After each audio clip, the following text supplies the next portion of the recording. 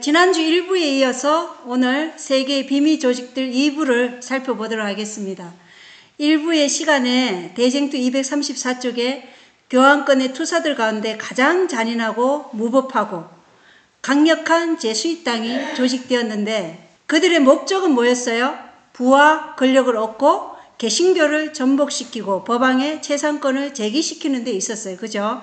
그리고 왕족과 귀족들을 위한 대학을 세워서 인재를 양성하고 일반 개신교도들의 자녀들을 위한 대학을 세워 교황권의 의례를 지키도록 하였다고 대쟁투 234조에 기록되어 있었죠. 그 결과 어떻게 되었어요? 온 유럽에 제수잇당이 급격히 퍼졌고 교황권의 부흥이 뒤따랐다고 기록된 것을 우리가 살펴보았습니다.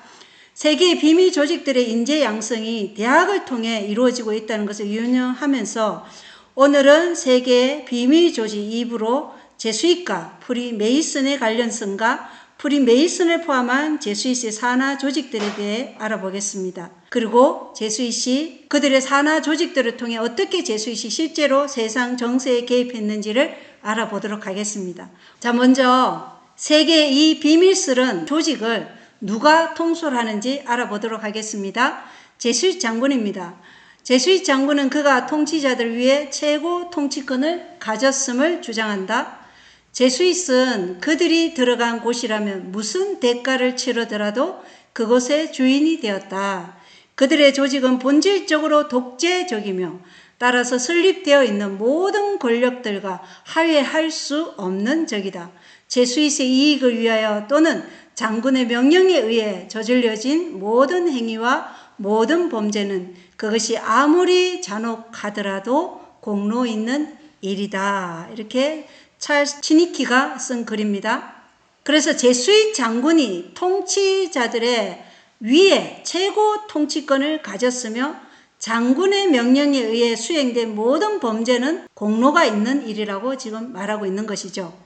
그리고 이그나티우스 로열라, 이 사람이 제수잇의 창립자이고 제1대 장군입니다. 지난 일부 시간에 제수잇을 세운 목적이 뭐였어요? 세계 지배와 개신교 멸절이라고 그랬죠. 자, 읽어보겠습니다. 장군의 권세는 너무나도 무한하여 그가 하나님의 영광을 위해 필요하다고 판단되면 그는 심지어 교황이 친히 보낸 사람들을 돌려보내거나 다른 쪽으로 보낼 수 있다. 이렇게 기록되어 있습니다. 제수잇은 1534년 8월 15일에 이 스페인 사람인 이그나티우스 로열라에 의해 창립되었어요.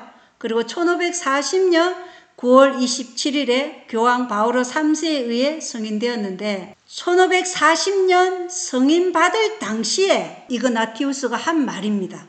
제수잇의 창립자이자 초대 장군인 로열라도 이 제수잇 장군의 권세가 누구보다 높다고 말하고 있어요? 교황보다 높다고 말하고 있는 것입니다. 계속해서 알아보겠어요. 마이클 앤젤로 탐부리니, 이 사람은 1720년대 제수잇 장군이에요. 이 사람이 브랑카스 공작에게 보낸 편지에 이렇게 기록되어 있다는 것입니다. 보시다시피 각하, 저는 바로 이 방에서 파리뿐만 아니라 중국뿐만 아니라 전 세계를 다스립니다. 그 누구도 제가 어떻게 이렇게 하는지 모르는 채 말이죠. 이렇게 기록했다는 것입니다. 이미 1720년대에 전 세계를 누가 다스린다고 말하고 있죠? 제수잇 장군이 다스리고 있다고 말하고 있는 것입니다.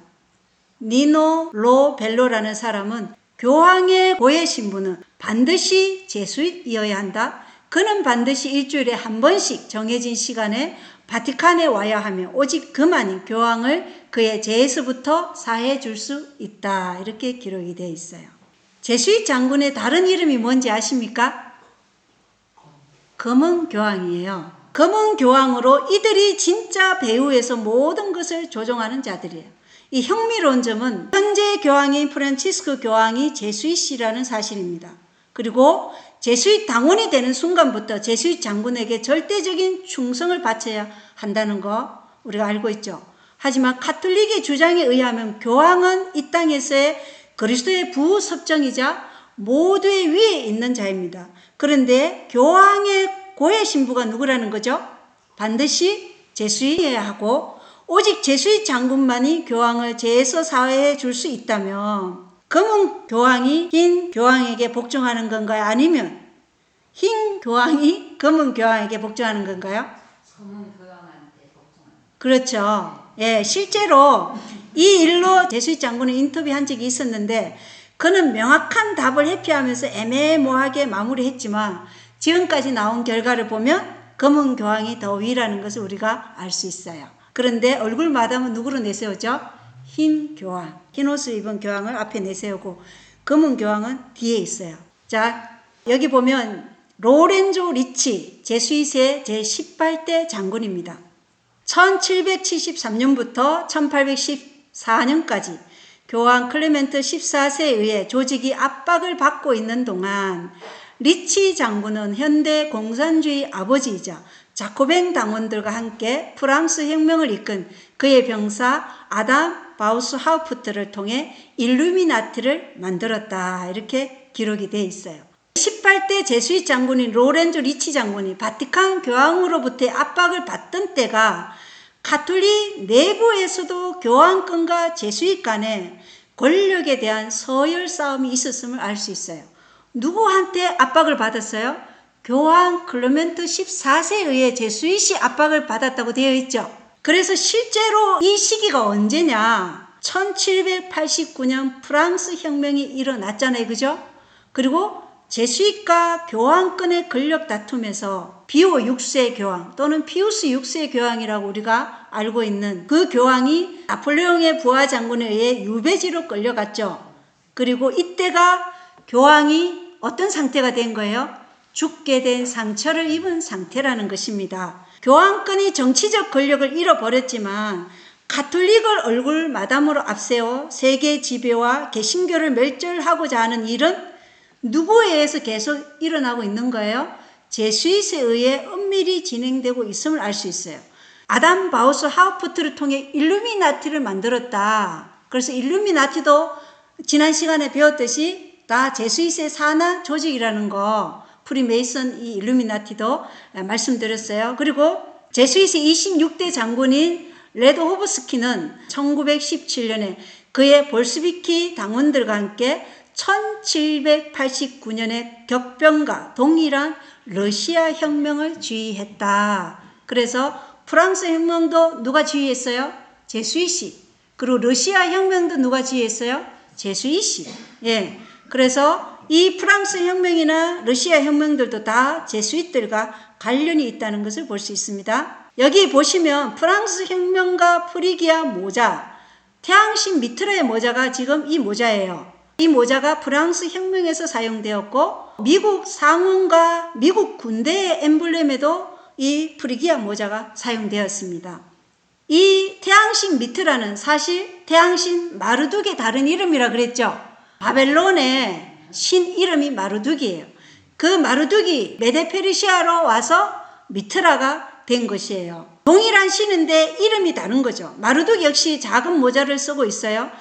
그리고 이 모자는 미국 상원과 미국 군대 엠블렘에도 사용되고 있고 프랑스 혁명 당시에 제수잇 당원이자 일루미나티의 창설자인 아담 바우스 하우프트가 이끈 자코뱅 당이 쓴 모자이기도 합니다.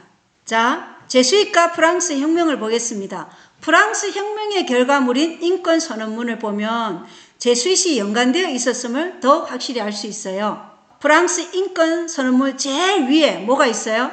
구름 속에서 빛을 발산하는 한쪽 눈만 가지고 있는 피라미드 전시안이 있죠.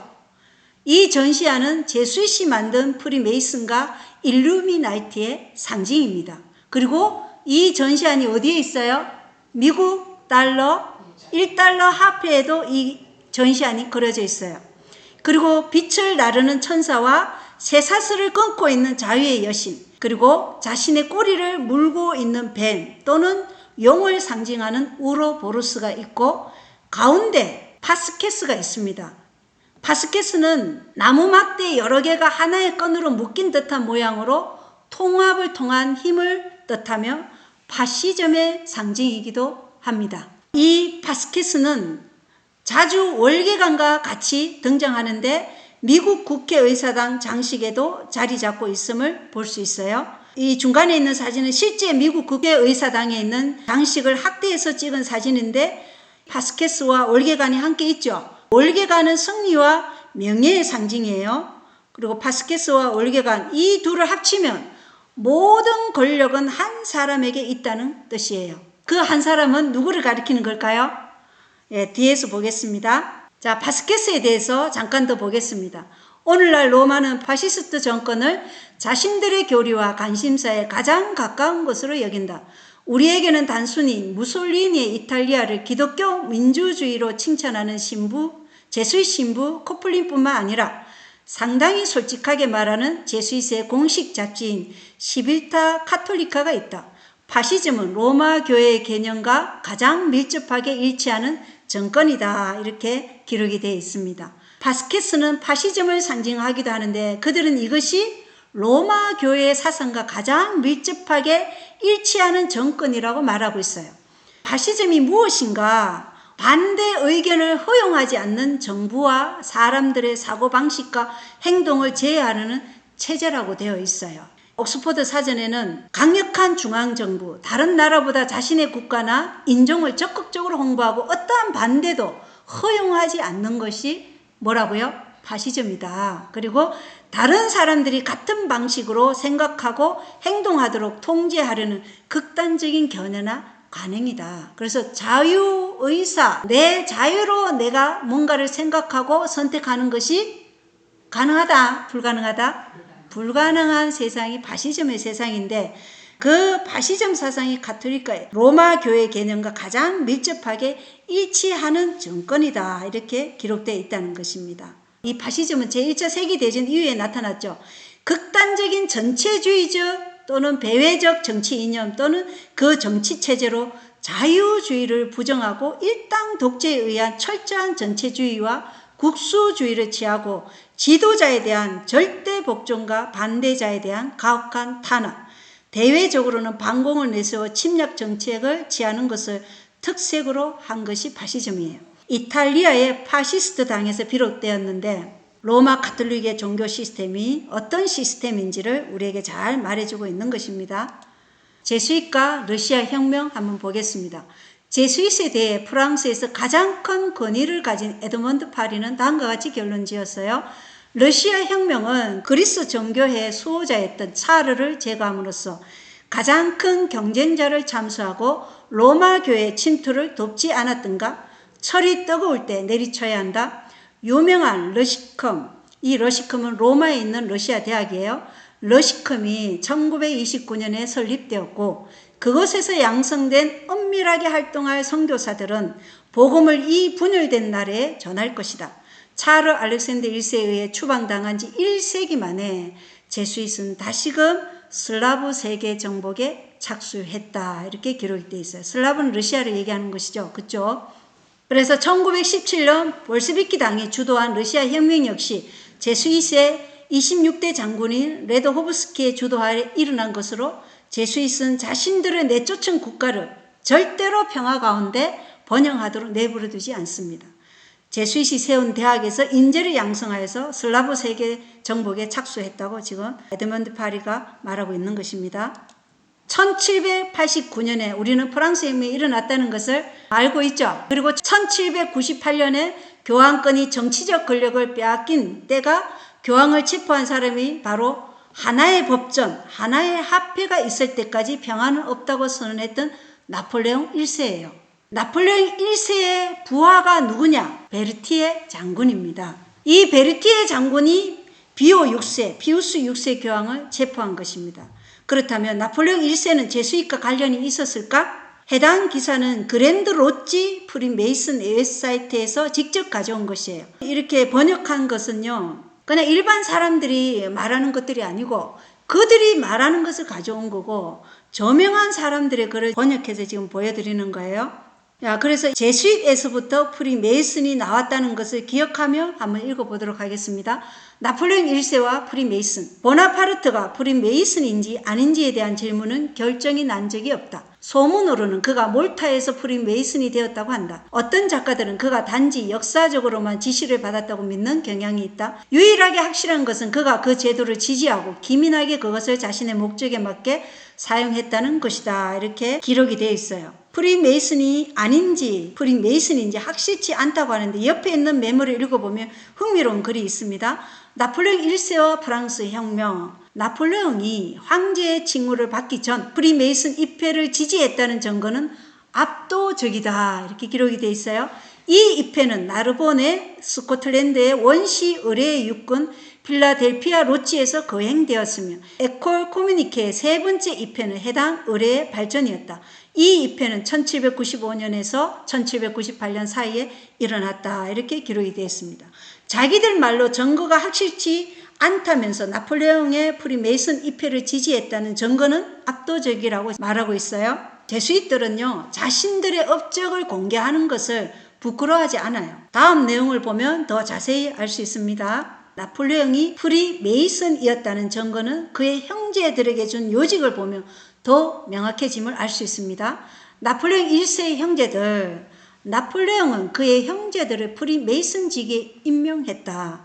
루이는 1805년에 부 그랜드 마스터로 임명되었고, 제롬은 그랜드 오리엔트 베스트팔렌의 그랜드 마스터였다. 장남 조셉은 1805년 4월에 티일러리에서 프리메이슨이 되었고, 그랜드 오리엔트 프랑스의 그랜드 마스터로 임명되었다. 루시앙은 그랜드 오리엔트 프랑스의 회원이었다. 이렇게 기록이 되어 있어요. 어떻게 프리메이슨과 관련이 하나도 없는 사람이 자신의 형제들을 그런 주요 요직들에 임명할 수 있겠는가 한번 생각해 봐야 되겠죠.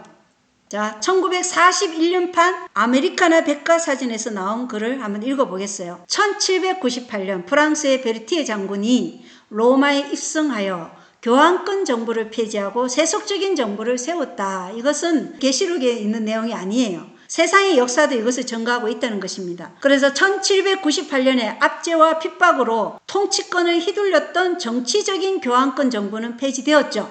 교황의 정치적인 힘은 잃어버렸어요. 그때부터 세상은 어떻게 됐어요? 인간의 이성을 높이는 이성의 시대로 계몽주의적이고 세속주의적인 사상으로 시대적 흐름과 그 기류를 형성한 때가 이 프랑스 혁명 이후의 때라는 것입니다. 그래서 계시록 17장 8절에 읽어보면 내가 본 그 짐승은 전에 있었다가 지금은 없으나 앞으로 바닥 없는 구덩이에서 올라와 멸망으로 들어갈 자니라.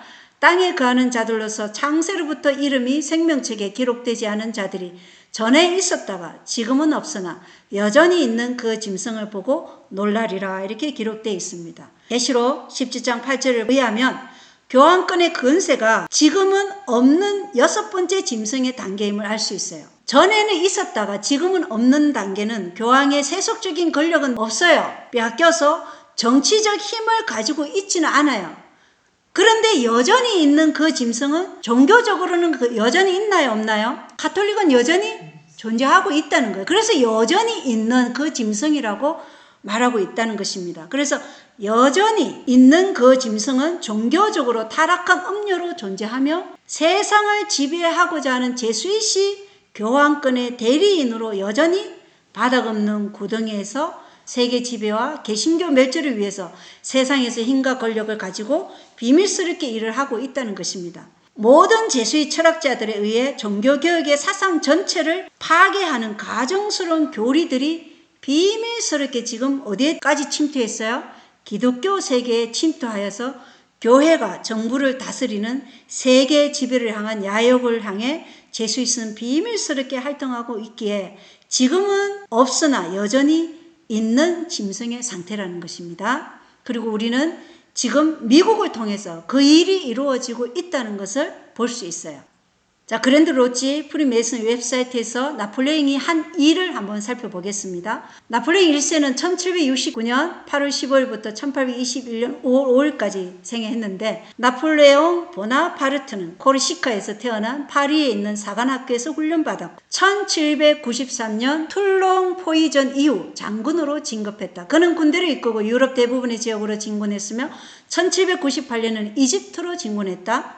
프랑스로 돌아온 그는 18일 브리메르 혁명 뒤에 초대 영사로 임명되었다. 그는 1798년에 이집트를 정복했다. 나폴레옹은 프랑스 은행을 설립하고 세금 제도를 재편성했으며 교회를 회복하고 교육 제도를 개선했으며 1804년에 프랑스의 황제라는 세습적인 칭호를 취했다. 다음에 그는 러시아, 오스트리아, 영국과 전쟁을 벌였고 1814년 4월에 그는 강제로 퇴위당하고 엘바로 추방되었고 또 1815년에 다시 제국을 되찾으러 시도하지만 워털류 전투에서 패배했다. 세인트 헬레나로 추방된 후 그는 6년 뒤에 죽었다. 이렇게 기록이 되어 있죠. 그리고 이 메이슨이었던 나폴레옹이 프랑스 은행을 설립하고 경제권을 어떻게 재편성하고 교육 제도를 어떻게 개선했을까? 이게 대한 의문을 우리가 가져야 되겠죠. 누구한테 유리하도록 바꿨을까요? 그리고 중요한 것은 교회를 회복시킨 것인데 다음에 글을 한번 읽어보겠습니다. 나폴레옹과 종교를 위해 나폴레옹은 분열을 끝내고 1801년 종교 협약을 통해 가톨릭 교회를 프랑스에 회복시켰다. 자, 나폴레옹이 종교 협약을 통해 가톨릭 교회를 어디에 회복시켰다고요? 프랑스에 회복시켰다. 그는 종교의 자유와 개신교 종파에 대한 평등을 보장했으며 유대인들의 나라를 팔레스타인으로 세울 수 없다는 것이 분명해지자 프랑스를 유대인들의 조국으로 선언했다. 프랑스 민법전은 법 앞에 평등을 확립하고 가족의 신성함을 강조했으며 혁명의 법적 이익을 보장했다. 민사소송법은 법정과 법률에서 조정이 강범위에게 활용될 것을 보장했으며 법정은 세속화되었다. 나폴레옹의 종교적 견해는 현대 철학의 정점이었으니 그는 완전한 관용을 베풀었다. 나폴레옹은 가는 곳마다 관용을 베풀었다. 그가 가는 모든 곳에서 여러 종교들이 있었을 때 한 종교가 다른 종교들보다 우선시되는 지배를 끝냈다. 나폴레옹은 이렇게 말했다. 신앙은 법의 범위 이상이다. 이것은 사람의 가장 귀중한 재산이며 그 어느 누구도 그것을 요구하거나 따질 권리가 없다. 이렇게 기록이 되어 있습니다. 전부터 가톨릭의 행포에 시달려온 프랑스에서는 혁명 당시에 무엇을 금했어요? 계시록 11장에 보면 무엇을 금했어요? 성경을 금할 정도였어요. 그죠? 성경을 금할 정도로 종교에 대해 배척적인 상태였어요. 그런 프랑스의 나폴레옹은 모든 종교를 다시 허용해서 가톨릭 종교만 아니고 모든 종교를 다시 허용해서 종교의 자유가 주어진다면 그때 가톨릭 종교도 다시 끼워 넣어 허용할 수 있게끔 종교 협약을 통해서 프랑스의 가톨릭 교회를 다시 회복시킨 것입니다. 제수잇은 이렇게 함으로 교황권과의 권력 다툼에서도 이기고 쫓겨났었던 프랑스에 다시 돌아갈 발판도 마련하게 된 것입니다. 그리고 이 상태가 계시록 17장에 지금은 없는 듯한 단계의 상태인 것입니다. 그러나 성경에 타락한 여자는 여전히 로마 가톨릭으로 존재하고 있고 나폴레옹은 팔레스타인에 유대 국가를 세워 적그리스도가 제3성전에 있게 될 것이라는 미래주의 사상의 제수의 철학을 내세워 교황권이 적그리스도라는 사실로부터 세상의 관심을 돌려 교황권에게 관심이 집중되지 않도록 하기 위해 유대 국가를 세우려고 했다는 것을 알 수 있어요. 지금 이스라엘 국가는 언제 세워졌어요? 1948년에 세워졌어요. 그러나 나폴레옹 때 계획이 이미 있었다는 것입니다. 그래서 이 이스라엘 국가, 유대 민족과 이스라엘 역사 설계한 게 있는데 그걸 보면 이스라엘 국가가 세워진 것이 다 이들의 계획하에 세워졌다는 것을 알 수 있어요. 제3성전을 세우려는 이 계획은요, 제수잇에서 계획한 것이에요. 종교 개혁자들이 다 한결같이 적그리스도가 누구라고 지명했어요? 가톨릭 교황권이 적그리스도라고 얘기했죠. 근데 모든 관심이 적그리스도에게 쏠려 있잖아요. 그 관심을 어디로 돌리기 위해서? 이스라엘로 돌려서 교황권이 적그리스도라는 이 사상을 사람들로부터 빼내기 위해서 지금 뭘 세우겠다는 거예요? 이스라엘의 제3성전을 세우겠다고 계획한 것이에요. 그래서 나폴레옹이 여기 모든 종교에 대한 관용을 베푼다고 말했어요. 신앙은 법의 범위 이상이다. 이것은 사람의 가장 귀중한 재산이며 그 어느 누구도 그것을 요구하거나 따질 권리가 없다고 말했지만 이 관용이 가톨릭 교황권 짐승이 그 목적을 달성할 때까지 잠시뿐이라면 어떻겠냐는 것이죠. 그리고 그 간용이 잘못된 목적을 위해 사용될 수 있다면 일시적이라는 것이에요. 자, 나폴레옹과 이스라엘을 보겠어요. 여기에 일반적으로 알려지지 않은 놀라운 사건이 있다. 프랑스 군대가 팔레스타인에서 도시 아크레를 포위할 때 나폴레옹은 이미 팔레스타인을 독립적인 유대 국가로 만들 선언문을 준비했었다. 그는 영국의 개입으로 인해 이 프로젝트를 실현할 수 없었다. 이 선언문은 1799년 4월 20일에 인쇄되었으나 아크레를 점령하려는 시도가 실패하여 발표되지 못하였다. 유대인들은 그들의 국가가 선언되기까지 150년을 더 기다려야 했다. 그러나 선언문은 그 결실을 맺었다. 이것은 유대인 국가의 명분에 대한 인식을 높이는 시원주의의 전조였다. 이 사상은 특히 영국에서 많은 지지를 받았다. 118년 뒤 영국은 유대인 국가를 요구하는 벨푸어 선언문을 발표했고 최종적으로 31년 뒤인 1948년에 이스라엘은 유엔 총회의 투표를 통해 주권 국가로 인정되었다. 어쩌면 1799년 6월절 첫날 나폴레옹의 조기 발표가 이스라엘 국가를 만드는데 중요한 역할을 했다고 말할 수도 있다. 1800년 8월 16일 나폴레옹은 선언했다. 만약 내가 유대 국가를 다스린다면 나는 솔로몬의 성전을 다시 세울 것이다. 이렇게 나폴레옹이 선언했다는 것입니다. 독립적인 유대 국가를 만들 선언문이 언제 발표되었어요? 1798년 교황권이 죽게 된 상처를 입은 그 직후 1799년에 이미 149년 전에 인쇄되었다고 합니다. 그리고 목적이 무엇인지 보이십니까? 제수이스의 미래주의 철학을 위한 것이에요. 교황권이 적그리스도라는 종교개혁의 개신교 사고방식을 올바로 보지 못하도록 이스라엘의 제3성전을 세우려는 것이고 솔로몬 성전을 세우겠다는 이 나폴레옹의 선언은 템플 기사단의 사상을 이어받은 제수이스의 기만적인 철학인 것입니다. 다니엘서 9장 24절로 29절의 예언은 문자적 이스라엘은 언제 끝났어요? 2300주의 70년 예언에서 AD 34년에 이미 문자적 이스라엘은 끝났어요. 그리고 70년에 예루살렘은 다 멸망당했잖아요. 그래서 이 문자적 이스라엘이 이제 어디로 왔어요? 영적 이스라엘로 왔잖아요. 그죠? 하나님을 믿는 모든 백성들에게로 이미 이스라엘은 넘어왔는데 예언을 아는 백성들은 이스라엘을 주목할 것이 아니라 어디로 주목해야 돼요? 계시록 13장에 바다에서 올라온 짐승, 교황권과 또 땅에서 올라온 짐승 누구예요? 미국을 예언과 접목해서 이 시대의 징조를 분별해야 하는 것이죠.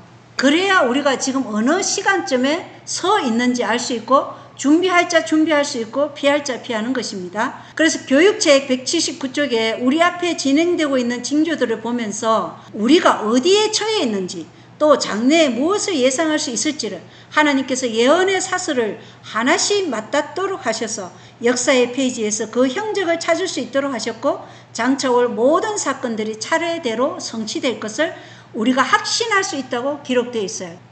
그래서 우리는 지금 예언이 성취되는 끝자락에 서 있습니다. 세상을 버리지 않으면 세상과 함께 멸망할 것입니다. 제수이스의 산하 조직들을 보겠습니다. 이들의 목적이 뭐라고요? 교황권을 위해서 움직이는 제수이스의 산하 조직들입니다. 이것을 머릿속에 지금 각인시키고 이것을 봐야 돼요. 데이브 헌트는 미국 침례교회 역사가인데 그는 1994년도에 이렇게 말했어요. 더 나아가 교황은 수천 명의 비밀 요원들을 세계 곳곳에 가지고 있다. 제수이, 콜럼버스 기사단, 몰타 기사단, 오푸스데이, 그 밖에 다른 집단들이 그들에 포함된다. 바티칸의 척보력과 현장 활동 자원은 세계에서 그 누구에게도 뒤처지지 않는다. 한번 보겠습니다. 이 사진은 장 바프티스트 얀센스라는 제수이스의 27대 장군이에요. 그리고 제수이스의 산하 조직에 뭐가 있냐면 몰타 기사단, 스코틀랜드 프리메이슨, 그리고 일루미나티, 콜럼버스 기사단, 쿠클러스 클랜 기사단, KKK라고 하는데 이 조직은 백인 우월주의자 단체예요. 그리고 브네이 브리스, 이것은 유대인 프리메이슨이에요. 그리고 이슬람과 마피아 위원회, 오푸스데이, 기타 형제 조직들, 이렇게 제수이스의 산하 조직들이 있고 제수이스의 산하 조직 중 하나인 일루미나티에 대한 글입니다. 일루미나티의 창시자는 아담 바우스 하우프트로 그는 자코뱅주의의 아버지이기도 하다. 아담 바우스 하우프트가 무엇을 지휘했던 사람이에요? 프랑스 혁명을 지휘했던 자코뱅주의의 아버지예요. 잉골슈타트에 있는 제수잇 대학에서 설립된 바바리아의 일루미나티라고 불리는 조직은 명목상으로는 아담 바우스하우프트에 의해 창립되었다고 알려져 있다. 그러나 그는 그 조직을 결성하는 데 있어 눈에 띄지만 부차적인 역할을 행한 것으로 보인다. 이렇게 기록이 되어 있어요. 아담 바우스하우프트는 제스윗의 제18대 장군인 로렌조 리치의 수하에 있었던 사람으로 그도 제스윗이었어요. 제스윗은 무언가를 할 때 항상 얼굴 마담을 내세우고 일이 잘 성사되면 사라져요. 직접 정면에 나서는 일이 거의 없어요. 굉장히 비밀스럽게 움직이고 있어요. 그리고 브리테니카 백과사전에는 일루미나티는 깨달음을 뜻하는 단어 일루미나투스의 복수형에서 유래되었고, 일루미나티 단체의 교리는 기독교 영지주의와 이집트 헤르메스주의를 포함한 여러 가지 이념적 영향을 받았다고 기록되어 있어요. 그래서 여기 보시면 일루미나티의 상징에 뭐가 있어요? 부엉이 사진이 있죠. 일루미나티의 상징으로 쓰이는 미네르바의 부엉이에요. 부엉이는 어둠 속을 볼 수 있기에 일루미네이션, 계몽을 가졌다, 이렇게 여겨진다는 것입니다. 자, 프리메이슨 보겠습니다. 진실은 로마의 제수잇이 개신교도들 사이에서의 그들의 목적을 달성하기 위해 프리메이슨을 그들의 가장 훌륭하고 효과적인 도구로 완성시켰다는 것이다. 이렇게 기록이 되어 있죠. 프리메이슨 단체는 고위급을 제외한 나머지는 다 기만을 당하면서 이용당하고 있어요. 사실을 안다면 그들은 하지 않을 일을 지금 하고 있는 것입니다. 프리메이슨은 개신교의 멸절을 위해 개신교에 침투한 제수잇이 만든 도구인 것이에요. 미국 역사가 제임스 파터는 1855년에 여전히 나라 곳곳에서 나이든 여성들과 남녀들은 엄숙하고 심각하게 다음과 같이 말할 것이다. 프리메이슨의 모든 조직들의 기원을 추적해 제일 꼭대기에 있는 세계 프리메이슨의 수장까지 간다면 그 무서운 인물과 제수잇의 수장이 동일한 인물임을 발견할 것이다. 이렇게 기록이 되어 있어요. 프리메이슨의 수장과 제수잇의 수장이 동일하다는 것입니다. 오직 프리메이슨의 고위 계급들만 이 진상을 알고 있어요. 밑에 있는 계급들은 이것을 알지 못한다는 것입니다. 프리메이슨은 이그나티우스 로열라의 자식들이다. 바론 헌트, 수발리 램지, 쇼우디, 지넨도르프, 그리고 무수히 많은 다른 이들과 이런 조직들을 창립한 자들은 제수잇 장군의 지시에 따라 일했다. 이렇게 기록이 되어 있어요. 이 글을 쓴 사람은 헬레나 블라바츠키예요. 이 사람은 신지학 창설자예요.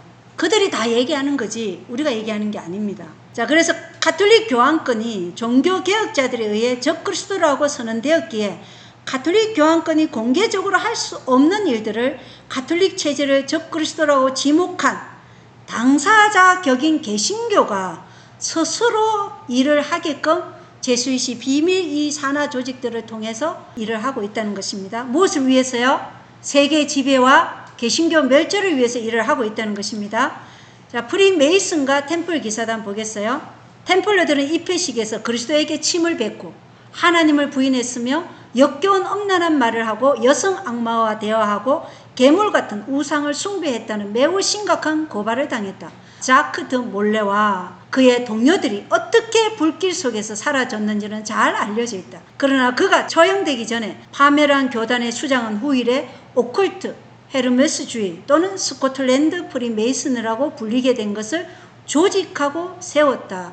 자크 드 몰레가 템플 기사단의 마지막 수장이었어요. 그는 그랜드 마스터로서 아무란 감옥에서 동해는 나폴리, 서해는 에딘버그, 북에는 스톡홀름, 남해는 파리로 4개의 대도시에 롯지를 설립했다. 그의 이름의 이니셜인 JBM은 첫 세 계급에서 발견할 수 있는데 이것은 현대 프리메이슨의 기원을 증명하는 내부의 수많은 설득력 있는 증거들 중 하나이다. 이렇게 어디에 기록되어 있어요? 모럴스 앤 도그마예요. 모럴스 앤 도그마는 스코틀랜드의 33도 프리메이슨 알버트 파이크가 쓴 책이에요. 33도는 최고위급 프리메이슨이에요. 그 사람이 쓴 프리메이슨의 성경이라고 할 수 있는 모럴스 앤 도그마에 이 템플 기사단은 완전히 소멸되지 않았다는 것을 밝히고 있어요. 프리메이슨의 기원이 템플 기사단과 제수잇을 통해 유지되고 있다는 것을 보여주고 있어요. 자, 프리메이슨과 템플 기사단의 연결고리를 한번 보겠습니다. 프리메이슨 청소년들 형제의 미래, 여기 보시면 데몰레이 인터내셔널 그룹의 멤버들이 모닥불 곁에 앉아 있는데 프리메이슨 청소년 그룹 이름이 뭐냐면 데몰레이 인터내셔널이에요.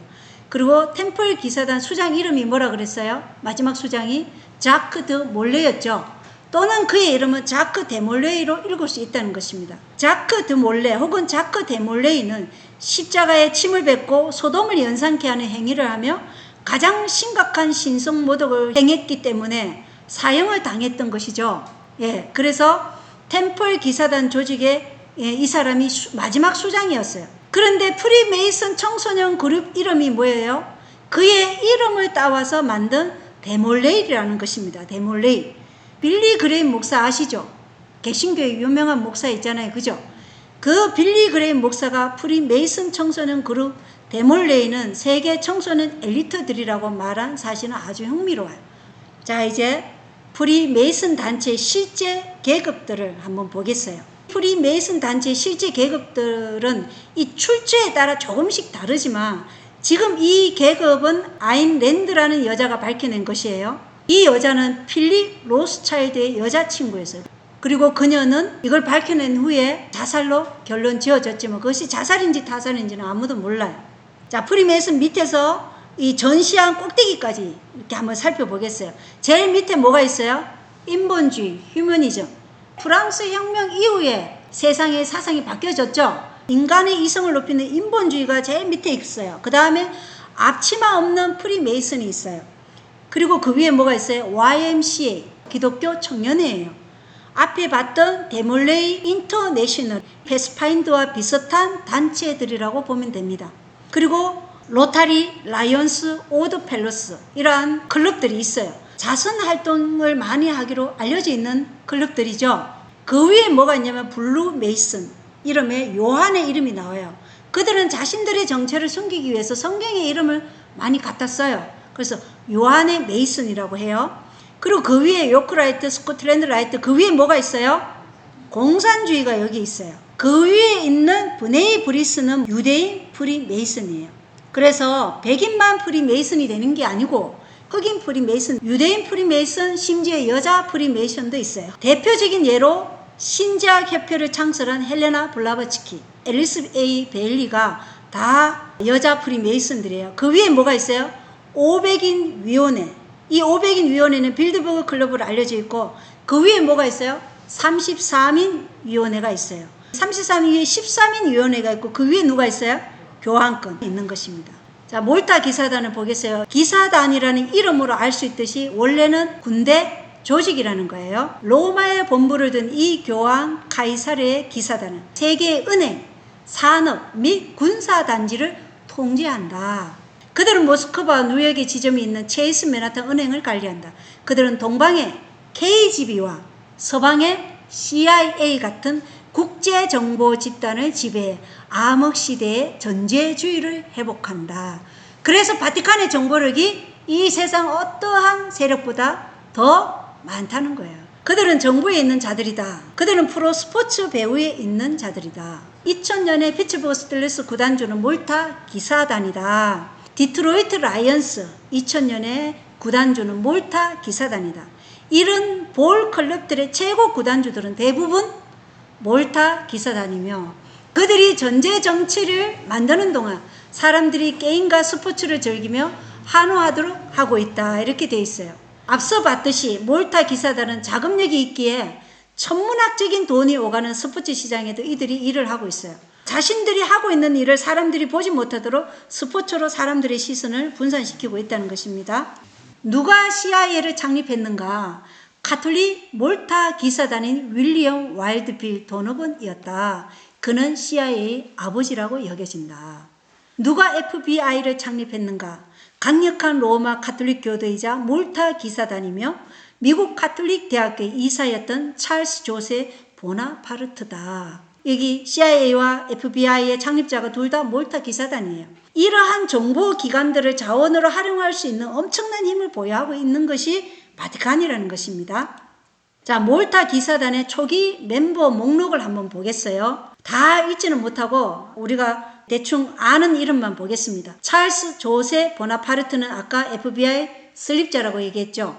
그리고 지스카르 데스탱은 프랑스 전 대통령이고 알렉산더 헤이거는 전 미국 국무장관, 오토 폰 합스부르크는 전 유럽의회 의원이고 콘레드 힐튼은 사업가이자 전 뉴멕시코주 하원 의원이고, 한니 힘너는 나치 독일 친위대와 게스타포 수장이고, 에더 후브는 전 FBI 국장이었습니다. 자, 케네디 가문은 다들 많이 아는 유명 인사이고, 헨리 루스는 모든 유명한 잡지사들, 타임즈, 라이프, 포춘, 또 스포츠 일러스트레이트 이러한 잡지사들 창립한 사람이 헨리 루스예요. 그 다음에 조지 맥도널드와 아브로 메너트는 스코틀랜드와 이탈리아의 작가들이고, 토마스 오닐은 전 미국 하원의장, 프랜시스 오르티즈는 전 미국 대사, 프란츠 폰 파페는 전 독일 국가수상이고, 아돌프 히틀러와 함께 일했던 사람입니다. 그리고 후안 페로는 전 아르헨티나 대통령이고, 프랭크 셰익스피어는 전 포르투갈 미국 대사고, 프랭크 시나트라는 미국 가수예요. 즉 말타 기사단에는 이 세상에 엄청나게 유명한 사람들이 다 멤버였다는 것을 알 수 있죠. 자, 그러면 이제 크라울리가 쓴 제수잇의 산하 조직인 콜럼버스 기사단을 한번 읽어보겠습니다. 콜럼버스 기사단은 1882년 2월 2일 코네티컷주 뉴헤이번에서 세인트 메리 교회의 사제인 MJ 맥기버니 신부가 창설했다. 1905년 1월 1일 총 회원수는 12만 7,206명이었다. 현재 1912년 현재 그들의 회원수는 30만 명이라고 한다. 그럼 지금은 더 많겠죠? 로마 카톨릭 신도만이 가입할 자격이 있는 이 조직의 뛰어난 특징은 4가지 등급의 주도적 봉사이다. 그들은 권력자 집단과 결탁하여 일하며 정치의 핵심이다. 이 사실은 정당들과 비카톨릭 정치인들에게 잘 알려져 있으며, 후보자는 감히 국회의원이나 대통령 선거에 출마하기 전 반드시 로마와 기사단의 승인을 받아야 한다. 콜럼버스 기사단의 주된 사업은 정치, 그렇다 제수잇적인 정치이다. 이렇게 크라울리가 쓴 글입니다. 콜럼버스 기사단의 상징이 뭐예요? 파스케스와 똑같은 상징이에요.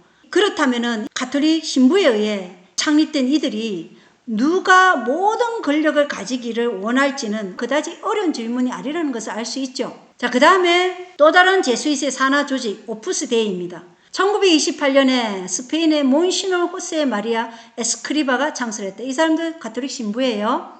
오프스 데이, 하나님의 사업이라는 뜻을 가지고 있음. 스페인에 뿌리를 두고 여러 지역으로 세력을 키우고 있는 교회 내 가장 강력한 보수 세력 중 하나.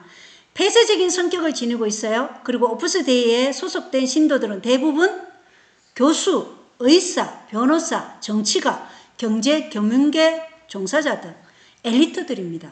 정치와 경제, 금융계에서 상당한 영향력을 가지고 있어요. 이 조직 오프스 데이에는 많은 고위 인사들이 속해 있는데 한번 보겠습니다. 오프스 데이는 교황권과 가톨릭교회의 가장 보수적인 원칙, 트렌트 공의회를 전적으로 지지하는 것을 최우선 목표로 삼는 반비밀 종교 평신도 단체다. 모든 멤버는 개인 및 법인 자산을 사용하여 교회의 맹목적인, 이 교회라는 것은 제수잇 장군의 맹목적인 도구가 되기 위해 헌신한 자들이다. 이렇게 기록이 되어 있죠. 1974년 어느 날 바티칸은 가톨릭 신도들이 프리 메이슨 로지에 가입할 수 있는 공식 허가를 내렸다. 이렇게 기록되어 있습니다. 그래서 이 제수잇 산하 조직들은 다 누구에게 복종하기 위해서? 제수잇 장군에게 헌신하기 위해서 만든 조직들이라는 것입니다. 이 오프스 데이에는 많은 고위 인사들이 속했는데, 예를 들어서 포르투갈의 대통령도 여기에 포함되어 있다는 것입니다. 그리고 케빈 로버츠도 오프스 데이와 밀접한 관련이 있는 사람인데, 헤리티지 재단의 회장이자 트럼프 대통령의 두 번째 임기를 위한 보수적 싱크탱크의 로드맵인 프로젝트 2025의 설계자인 케빈 로버츠는 워싱턴 DC에 있는 급진적이고 비밀스러운 가톨릭 단체의 활동 중심지인 오프스 데이가 이끄는 센터와 긴밀한 관계를 맺고 있다. 프로젝트 2025는 이 트럼프 공화당 정부가 수행해야 할 정책집이에요. 그 정책집을 만든 사람이 누구냐면 케빈 로버츠예요. 현재 트럼프 행정부가 들어선 지 25일 만에 이 프로젝트 2025의 3분의 1이 이미 실행되었어요. 여기에 1월 법령을 세우고자 하는 것들이 다 들어가 있어요. 그러면 1월 법령이 그리 멀지 않았습니다, 여러분.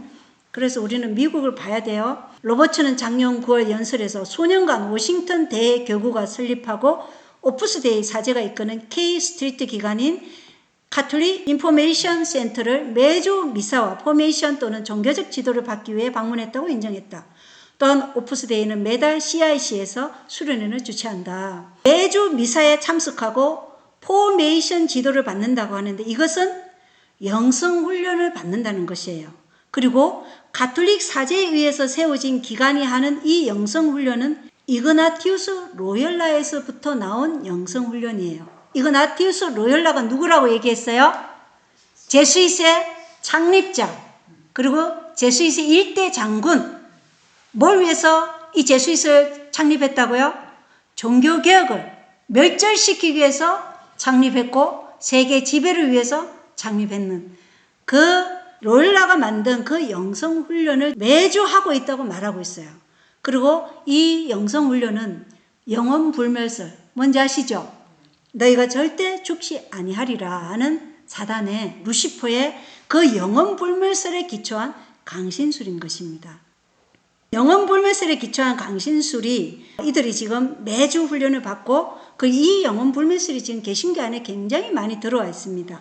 제가 나중에 그 강신술에 대해서 한번 말씀을 드릴 거예요. 자, 이제 이러한 것들을 다 살펴보았습니다. 비밀 조직들이 모든 것을 집어삼킨 듯이 보이지만 이 세상은 누가 통제권을 가지고 계세요?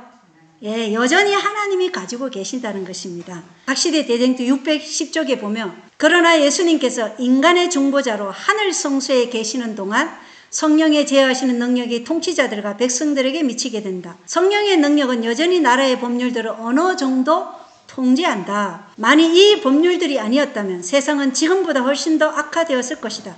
우리의 통치자들 중 많은 사람들이 사단의 대리자로 활동하고 있지만 그와 동시에 하나님께서도 국가의 지도적 인물들 가운데 당신의 대리자들을 가지고 계신다.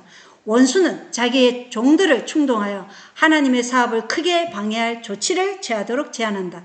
그러나 하나님을 두려워하는 정치가들은 거룩한 천사들의 감화를 받아 단호한 논정으로 그런 제의에 반대한다. 이렇게 기록되어 있습니다. 그래서 이 비밀 조직들이 아주 엄밀하게 또는 드러내놓고 비밀스럽게 일하지만 통제권은 여전히 하나님이 가지고 계시고 사건들은 하나님께서 정하신 시간표에 따라 일어날 것이라는 것입니다.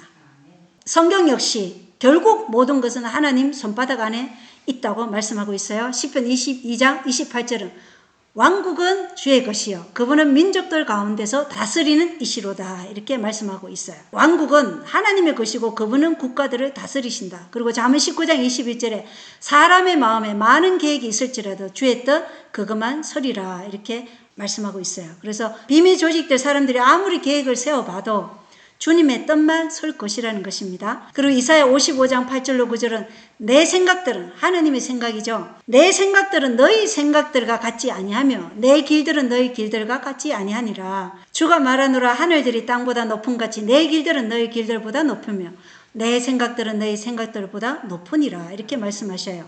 그래서 하나님의 생각은 그들이 할 수 있는 생각들보다 높으시고 더 위대하신 것입니다. 그리고 잠언 21장 1절은 왕의 마음이 물 있는 강들과 같이 주의 손 안에 있나니 그분께서 친히 원하시는 곳으로 그것을 돌리시느니라 이렇게 말씀하고 있어요. 결국 지도자들의 마음도 하나님께서 원하시면 돌리실 수 있는 것이에요. 그래서 마지막에 계시록 18장에 보면 이 통치자들이 다 속았던 걸 알고 어떻게 해요? 이 교환권을 불러 태운다고 말하고 있는 거예요. 그래서 하나님께서 이 모든 지도자들의 마음도 원하시면 돌리신다는 것입니다.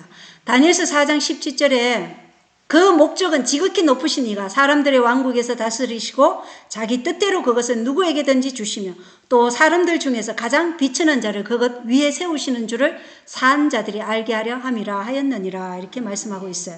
결국 하나님께서 왕국들을 다스리시며 하나님의 뜻대로 지도자들을 세우시며 주관하고 계심을 우리가 느부갓네살 왕을 통해서도 우리가 알 수 있죠. 다니엘서 4장에서 말씀하시는. 그리고 창세기 50장 20절을 보겠어요. 오직 당신들로 말하건대 당신들은 내게 악을 행하려고 생각하였으나 오히려 하나님은 그 일을 선이 되도록 계획하시고 이루셔서 이 날과 같이 많은 사람을 살려두게 하셨나니 이렇게 기록이 되어 있습니다. 여기에 대해서 부조와 선지자 239쪽에는 요셉의 생애는 그리스도의 생애를 예시한다. 요셉의 형제들을 움직여 그를 노예로 팔게 한 것은 시기심이었다. 그들은 요셉이 그들보다 더 크게 되는 것을 막고자 했다. 그러나 하나님께서 그들이 행한 일을 가지시고 그들이 방해하고자 계획한 바로 그 사건을 실현시키셨다. 그와 같이 유대 제사장들과 장로들은 그리스도를 질투하고 그분께서 왕이 되시는 것을 방해하고자 그분을 죽였으나 그들은 그와 같이 함으로 그 같은 결과를 가져오고 있었다. 그래서 요셉의 형제들이 악의를 품고 시기심으로 행한 일을 하나님께서는 그들 모두를 살릴 수 있는 길로 바꾸셨어요.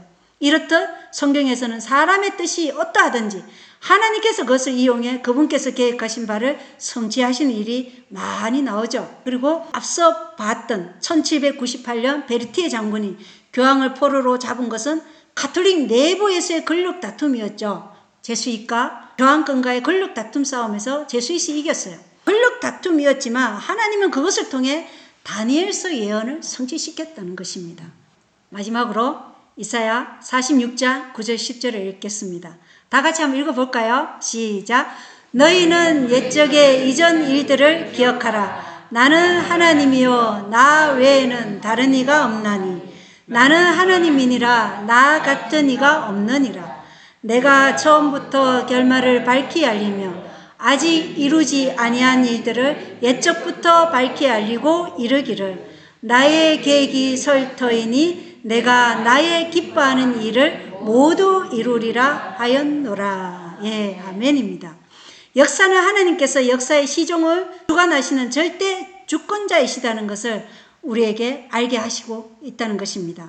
하나님을 하나님 되게 하시는 것은 오직 그분의 계획만 설 것이라는 것과 그분이 기뻐하신 일을 실행하신다는 신실함인 것입니다. 이것이 하나님을 하나님 되게 하신다는 것이죠. 가인의 표가 바벨탑이라는 이 인본주의적 세상 나라를 시작하려고 오늘날 세계의 비밀 조직들에까지 이르렀으나 인간의 나라는 결코 서지 못할 것이라는 것을 우리가 다니엘서 2장을 통해서도 알 수 있죠.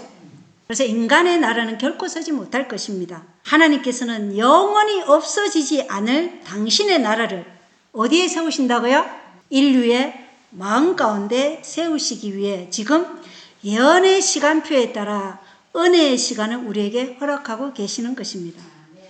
그래서 이 은혜의 시간에 실물교훈 120쪽, 122쪽에는 뭐라고 기록되어 있냐면 신자들의 유일한 욕망은 그리스도의 품성과 같은 품성을 나타내고 그의 왕국을 확장시키기 위하여 일하는 것이었다. 그래서 우리의 은혜의 시간에 이 말씀이 이루어지는 삶이 되기를 우리는 우리의 자아와 투쟁해야 되는 것입니다. 우리는 이 제수의 세력들을 두려워할 필요는 없어요. 우리는 뭘 두려워야 돼요? 내 마음에 이 마귀의 본성, 이 자아를 비우고 그리스도께서 우리 안에서 역사하시는 그 믿음으로 말면 의의 옷을 입는 것. 그러므로 우리의 욕망은 그리스도의 품성을 나타내고 그분의 왕국을 확장시키기 일하는 것이어야 된다는 것입니다. 이것이 우리의 유일한 욕망이 되어야 한다는 것입니다. 아멘이죠? 네. 오늘은 이 현 시대에 세계적으로 침투해 있는 제수잇의 산하 조직들의 활동을 보았는데 다음 시간에는 미국 내부에 침투해 있는 조직들을 볼 것입니다. 그러면 더 실제적으로 현실감이 올 것이에요. 오늘 세계 비밀 조직들 2부를 모두 마치겠습니다. 감사합니다.